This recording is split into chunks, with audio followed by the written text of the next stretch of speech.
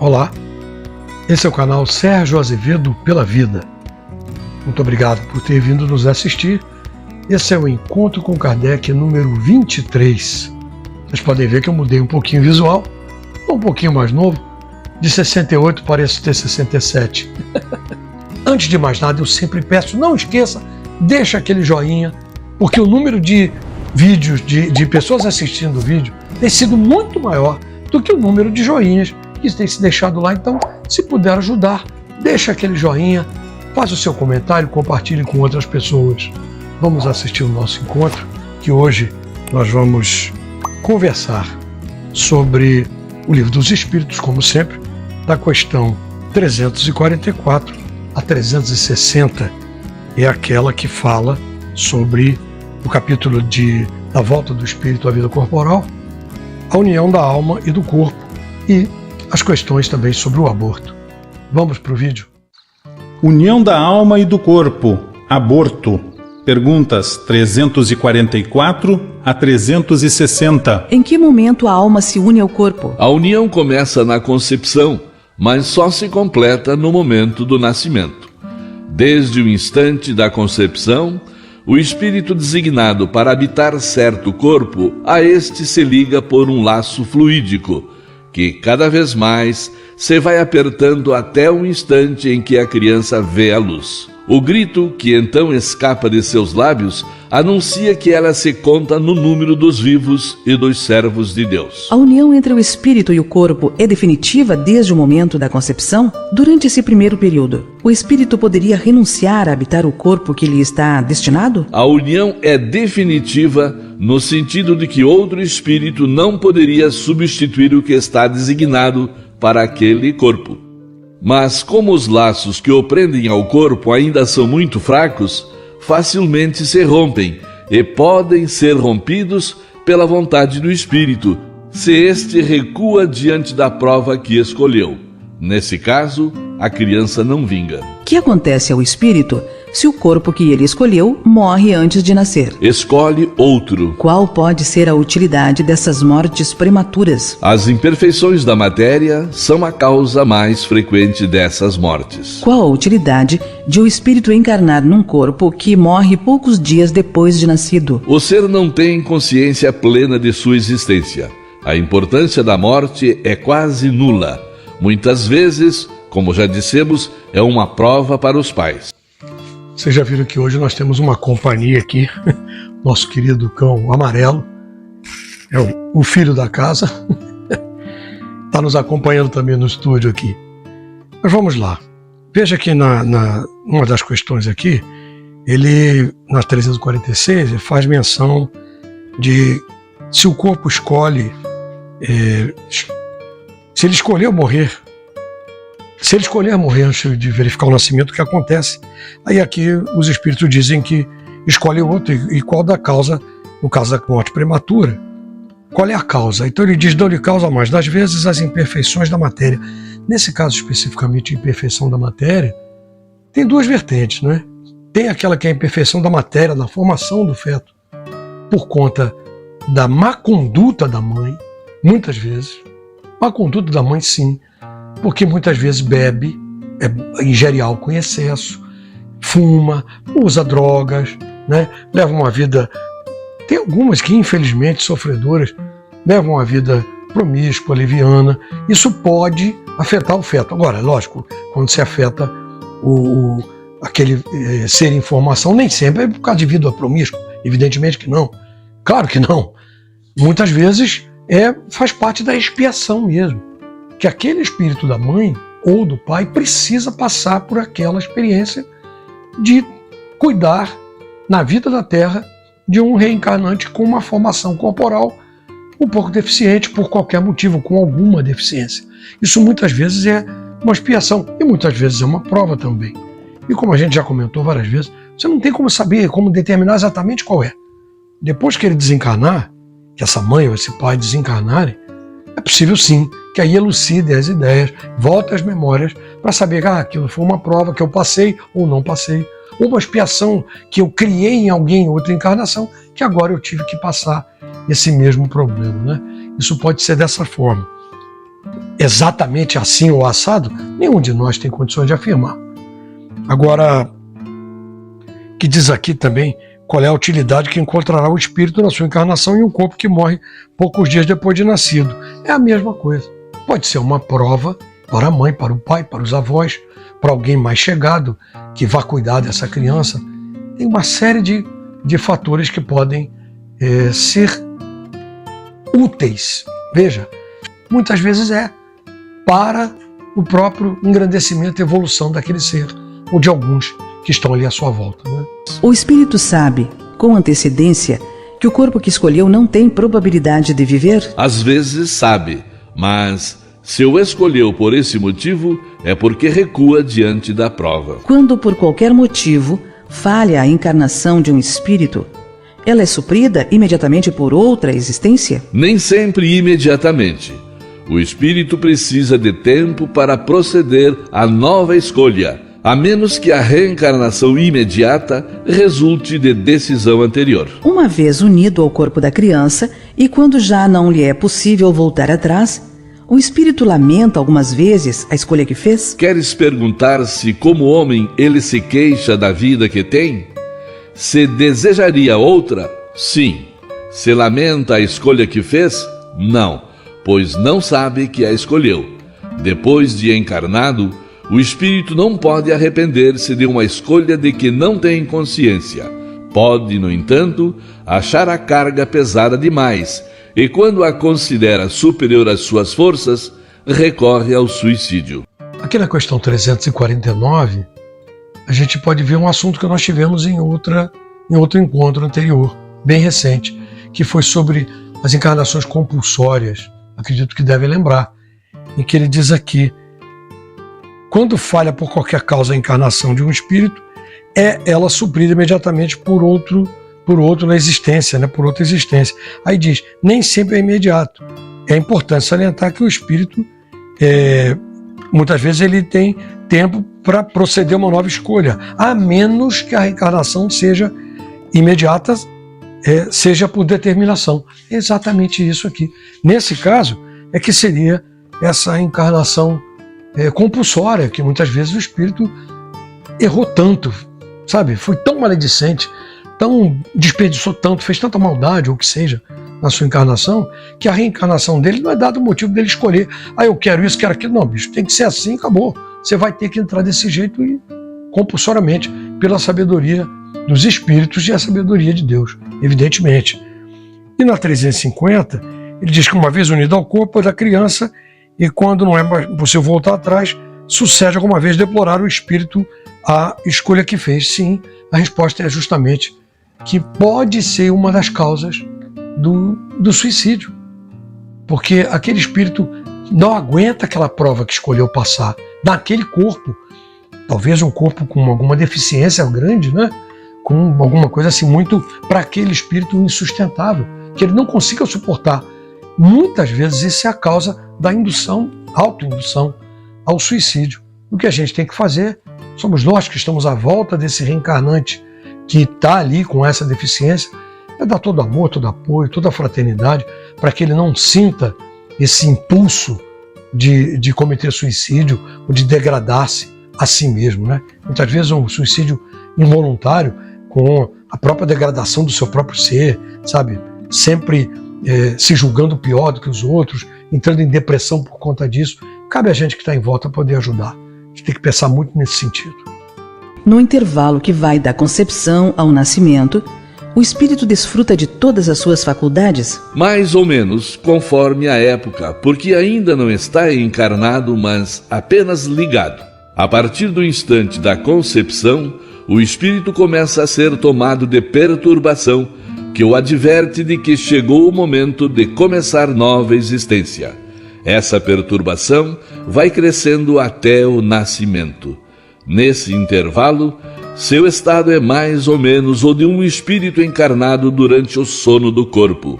À medida que a hora do nascimento se aproxima, suas ideias se apagam, assim como a lembrança do passado de que não tem mais consciência como homem, logo que entra na vida.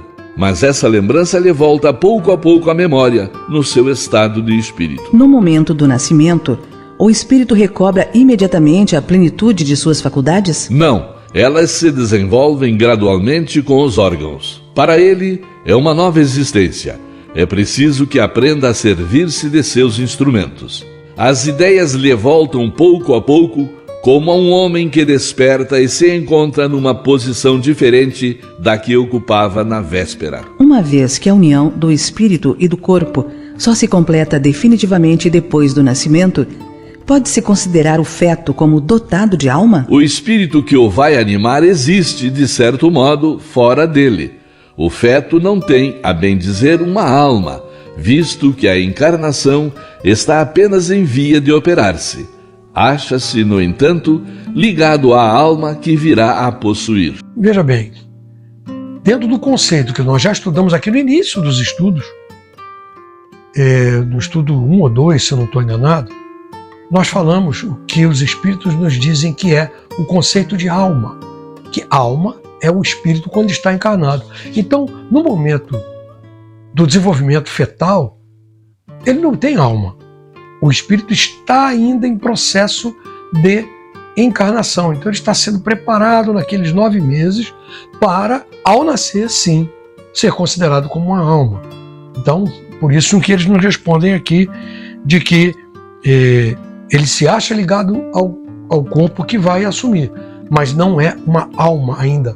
Lembrando nesse sentido que alma é o espírito encarnado, como já foi dito no início de todos os estudos, está bem no início do Livro dos Espíritos, né? Como se explica a vida intrauterina? É a da planta que vegeta. A criança vive a vida animal. O homem possui em si a vida animal e a vida vegetal, que pelo seu nascimento se completam com a vida espiritual. Há, como revela a ciência, crianças que não são viáveis desde o ventre materno? Com que finalidade isso ocorre? Isso acontece frequentemente. Deus o permite como prova, seja para os pais, seja para o espírito designado a encarnar. Haverá natimortos que não tenham sido destinados à encarnação de espíritos? Sim, aos que jamais tiveram um espírito destinado aos seus corpos. Nada devia cumprir-se neles.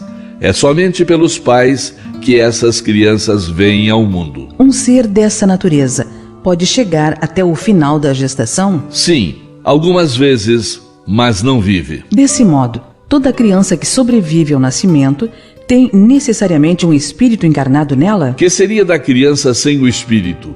Não seria um ser humano. Quais são, para o espírito, as consequências do aborto? É uma existência nula e que ele terá de recomeçar. O aborto provocado é um crime, seja qual for a época da concepção? Há crime toda vez que transgredis a lei de Deus.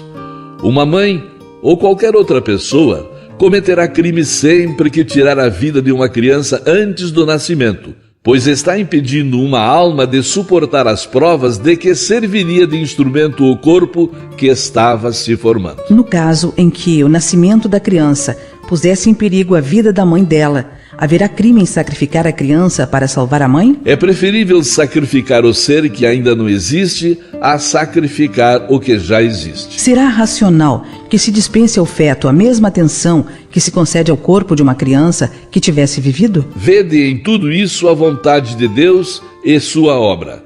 Não trateis, pois, levianamente coisas que deveis respeitar. Por que não respeitar as obras da criação, algumas vezes incompletas por vontade do Criador? Isso faz parte dos seus desígnios, que ninguém é chamado a julgar. E aqui nessas últimas questões, fala muito sobre os corpos que nascem, muitos acéfalos, né? Eles não, já aconteceu em muitos casos, e não tem cérebro. Então não tem um centro de inteligência.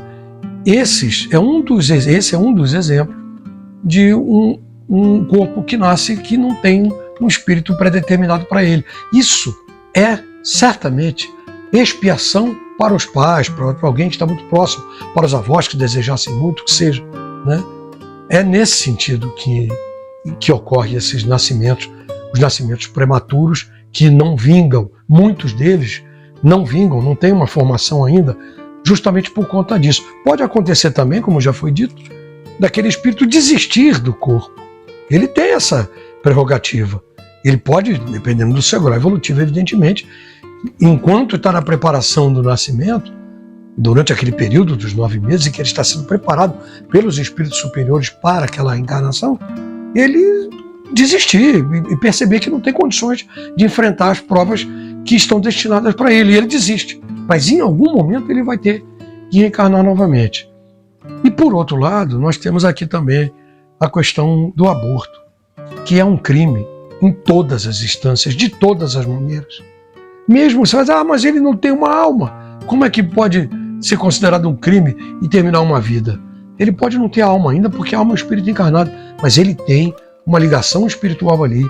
Ele está servindo de instrumento para a reencarnação, uma nova vida de algum espírito. Por isso é considerado interrupção da obra de Deus, porque a obra mais magnânime que existe no universo de Deus é o homem, as pessoas, o homem, a mulher, é o homem enquanto ser humano, é a vida em si, é a maior obra de Deus.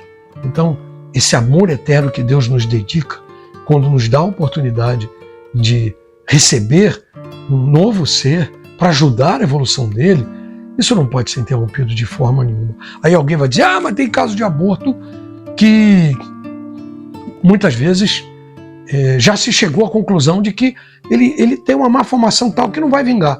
Nesses casos, já disse ali também nas questões, entre a vida da mãe e a vida do feto, dá-se mais valor, não é valor, mas dá-se a preservação da vida daquele que já existe, que é no caso da mãe, porque ela pode estar preparada em outro momento para gerar novamente aquela geração, para receber aquele espírito. E aquilo ali não é considerado um aborto. E tem muitos casos, é uma questão até muito polêmica, eu quero deixar isso muito claro, porque isso pode ser, já foi motivo e é motivo sempre de muita discussão. Quando a gente fala assim, a uma pessoa que foi vítima de um estupro, por exemplo, por favor, espero que me entendam bem o que eu vou dizer, ela tem o direito de não receber aquele espírito. Muito bem.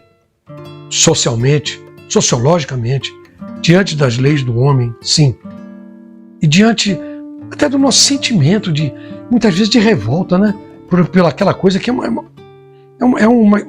estupidez tão grande se fazer esse tipo de coisa, um estupro, coisa desse tipo, que a gente, pelo lado humano, de amor à pessoa, aquela mulher, a gente até aceita essa condição do aborto nesse sentido, né? Acho que tem alguns casos que a lei permite, mas eu deixo aqui só a seguinte questão, para pensarem.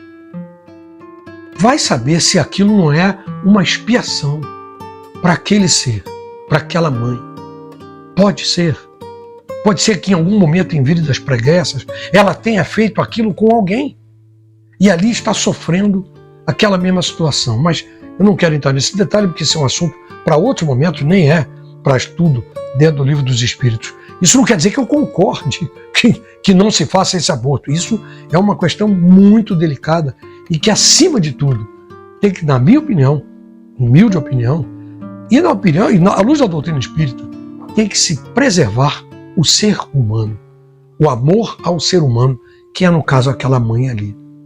Tem que sempre pensar nesse sentido. Muito bem. Eu espero que esse estudo tenha sido de valia para todos que estão nos assistindo. Muito obrigado por estarem aqui, mais uma vez prestigiando. E se alguém quiser fazer algum comentário, por favor, utilize o espaço aqui de baixo e deixe o comentário, que eu responderei no próprio comentário ou em algum vídeo, se for necessário, para elucidação de alguma questão.